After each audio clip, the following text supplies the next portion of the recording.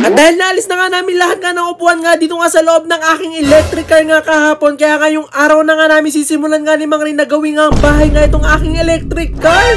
Maaga nga akong gumising nga ngayong araw nga kasi kailangan na nga namin umpisahan nga ni Mang Ray nga itong paggagawa nga dito nga sa aking electric car nga para nga maging bahay nga kasi medyo matagal-tagal nga yun. Naalis na nga kasi namin nga lahat nga ng upuan nga dito nga sa loob nga ng electric car ko nga kahapon na talagang maluwag na nga itong loob niya, talagang ready nga siya para nga gawing bahay. Nagplano na nga lang kami dito nga ni Mang Ray nga kung ano nga yung mga kailangan nga namin para nga magawa nga yung nasa utak ko at yung gusto ko nga gawin nga dito nga sa loob nga ng electric car ko. At nung okay na nga kami, agad-agad na nga silang umalis para nga bumili nga ng mga kailangan. At ang kailangan nga namin nga ni Mang Ray nga para nga maging bahay nga talaga yung electric car ko ay plywood nga. Pero hindi basta-basta plywood nga yung pinapabili ko nga kay Mang Ray at sinabi ko ay bilhin yung pinakamakapal nga na plywood. Yun nga kasi talaga yung gagawin ko nga sahig nga sa pinaka-electric car ko at kung plywood naman nga na manipis yung gagamitin ko ay talagang masisira nga sa sobrang bigat ko. Kaya ang biniling plywood nga talaga ni Mang Ray nga itong pinakamakapal nga na tinitinda nga dito nga sa amin na talaga sobrang nga rin ako natuwa kasi talaga mukhang matibay. Kaya naman pagdating pa nga lang dito nga ni Mang Ray agad-agad na nga namin binaba itong napakakapal nga na plywood nga na to para maumpisahan na nga namin. Inumpisahan na nga rin nga ni Mang Ray nga na sukatin nga itong loob man ng electric car ko para nga malaman niya kung gaano nga kalaki nga yung kailangan nga namin na plywood nga dito sa loob ng electric car ko. At talaga sinasabi ko nga rin dito nga kay Mang Ray nga kung paano nga yung gusto ko nga maging design nga ng plywood nga dito at hindi nga yung basta-basta lang. Lumipat nga lang kami sa mas malaking pwesto nga para talaga magawa nga namin na maayos kasi medyo masikip nga doon sa pwesto nga namin kaya dito nga kami lumipat sa mas malawak. At talagang paulit-ulit nga sinusukat nga ni Mang Ray talaga sinisigurado niya nga na tama nga yung sukat niya para talagang hindi nga siya magkakamali nga ng pagkakalagay nga dito ng plywood. Kaya naman sigurado na nga si Mang Ray inumpisahan niya na nga nahatiin nga itong napakakapal nga na plywood nga na to para talaga masukatan niya na nga at mailagay na namin sa loob ng electric car. Nagtataka nga ako kung bakit nga patigil-tigil nga si Mang Ray nga sa paghati nga nitong plywood nga na to, yung pala sinisigurado niya nga talaga kung tama nga talaga yung sukat niya. At yun nga talaga yung maganda kasi pag nagkamali nga dito nga si Mang Ray talagang bibili na naman nga kami ng napakakapal nga na plywood nga na yun medyo mahal nga rin siya. At natapos na nga si Mang Ray nga nahulmayin nga itong pinakakalahati nga na ilalagay nga sa gilid nga itong aking electric car. Agad-agad na namin siya nilagay kung sakto na nga. At talaga sobrang nga nakakatuwa kasi pagkalagay pa nga lang nitong unang layer nga dito nga sa loob ng aking electric car talagang saktong-sakto. Kaya talagang ginawa na nga ni Mang Ray nga yung sunod nga dito para nga mabuo na nga talaga to kasi talagang hinati nga nito ni Mang Ray kasi hindi niya naman nga pwede nga nailagay nga itong isang buo kasi hindi nga kakasya sa loob. At nung nagawa na nga ni Mang Ray nga yung isa pang kalahati at ilalagay ko na nga siya dito nga sa loob para nga mabuo na medyo nagkaroon nga ng problema kasi nakulangan nga doon sa pinakadulo at hindi nga kumasya. Kaya naman dali-dali na nga inayos nga ni Mang Ray nga para nga mabuo na nga itong pinakalapag nga dito nga sa aking electric car at nung okay na nga agad-agad na namin itong nilagay ulit. At talaga namang gumaan nga yung pakiramdam ko kasi nung nailagay na nga namin siya ay talagang saktong-sakto na nga talagang tumama na nga ito. Kaya naman nung nabuo na nga namin to talagang sumakto na nga itong gusto ko nga talagang ipalagay nga dito nga sa loob ng electric car ko ay talagang laking tuwa ko nga kasi ito talagang nasa isip ko. Kaya naman nung naikabit na nga namin ito na nga yung naging itsura talagang sobrang ganda niya na nga talaga unti-unti ko na nakikita na malapit na nga siya maging bahay. Hindi pa nga kami natatapos nga dito at habang meron pa nga ginagawa nga si Mang Ray nagwawalis nga muna nga ako dito nga sa loob para nga mawala nga yung mga alikabok. At ito namang ginagawa nga ni Mang Ray pang suporta nga dito nga sa nilagay nga namin ng mga plywood nga dito nga sa loob kasi baka nga pag humiga nga ako bumigay nga bigla kaya kailangan nga nalagyan nga ng ganito. Kaya naman tinulungan ko na nga si Mang Ray nga na magawa nga to para nga may lagay na nga dito nga sa loob at pwede ko na nga higa na talunan. At sana nga lang talaga na matibay nga itong nagawa nga namin na pinakapapag nga dito nga sa aking electric car at hindi nga masira kapag hinigaan ko. Pero sabi naman nga ni Mang Ray na talaga matibay nga to na kahit daw 5 pa nga kaming matulog nga dito talaga hindi nga daw bibigay to sa sobrang tibay nga ng gawa niya. Inaayos nga lang namin yung mga dapat nga ayusin nga sa pinakalapag nga na to para nga talaga mapatibay nga siya ng sobra kasi meron pa nga kaming gagawin nga para nga magmukhang bahay nga talaga tong aking electric car. Pero bago nga yun titignan ko nga muna kung talaga matibay nga tong nagawa nga ni Mang Ray at talagang pupunta nga ako dito nga sa pinakaibabaw at hihiga nga ako kung talagang hindi bibigay. Kahit nga sabi nga ni Mang Ray na napakatibay na nga nitong ginawa niya talagang dinadahan-dahan ko pa nga rin ngayong pagpasok nga dito at paggalaw nga dito kasi ayoko nga na masira agad. At talaga namang approve nga talagang totoo nga yung sinabi nga ni Mang Ray na matibay nga itong ginawa niya kasi hindi man lang ako nakakaramdam nga ng takot habang nakahiga ako dito kasi talagang makapal nga yung nilagay namin na plywood. At nung natapos na nga namin gawin to pupunta na kami sa pangatlo pa nga namin gagawin at kinuha ko nga muna itong mga natitira ko nga na Christmas lights nga sa bahay kasi meron nga akong balak nga gawin dito. Lalagyan ko nga talaga ng ganitong ilaw nga talaga itong aking ginagawa nga na bahay nga dito nga sa aking electric car. Pero titignan ko nga muna kung talagang paano ko nga siya ilalagay. Kaya naman binuksan ko nga muna itong electric car ko at sinaksak ko nga muna siya dito para nga malaman ko nga kung anong ilaw nga siya at kung saan ko nga siya ilalagay dito sa loob. At ito nga isang hawak ko nga na Christmas lights ay color puti nga yung ilaw niya. Pero meron nga akong dalawang kulay nga nito. Yung isang kulay nga ay rainbow. At nung natapos na nga si Mang Ring nga magpahinga, sisimulan na naman nga namin nga ang paggagawa at ang gagawin naman nga namin ngayon nga ay lamesa ko. Pero ang sabi ko nga kay Mang Ring nga na gusto kong magkaroon nga ng lamesa pero yung natatanggal yung hindi yung ngayon nakakabit talaga. At ang nirequest ko nga rin kay Mang Ring nga na gusto ko nga rin yung lamesa ko nga ay malaki para talaga marami nga ako maipatong at mailagay na pagkain. At dahil meron nga kami ditong maliit nga na lamesa nga na hindi na nga ginagamit, talagang inalis nga ni Mang Ring at ito nga daw ilalagay niya sa loob ng aking electric car. At talagang napakaganda nga ng idea nga na ginawa nga ni Mang Ring kasi itong lamesa ko ay talagang ilalagay mo nga lang siya dito nga sa pinaka handbrake nga nitong electric car ko at kung ayaw mo naman siya gamitin talagang aalisin mo nga lang siya. Diba? Kung gusto ko nga mag-drive talagang aalisin ko nga lang to o iuurong ko nga lang tong lamesa nga na to at kung ayaw ko naman nga mag-drive at gusto ko kumain talagang ibabalik ko nga lang ulit. At talagang laking pasalamat ko nga dito nga sa ginawa nga nito ni Mang Ring kasi talagang napaganda niya at kung ano ngayon nasa isip ko talagang nagawa niya talaga. At talagang nagagandahan na nga ako dito pero hindi pa nga kami tapos at ito pa nga yung umpisa para maging bahay nga tong electric car ko. So sa ating part 3 ay doon na natin siya didesign na, lalagyan natin ng kung ano-ano pampaganda dito para talaga magmukha siyang bahay.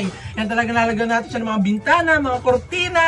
Yan, abangan nyo yun. Excited na ako maging bahay itong aking electric car.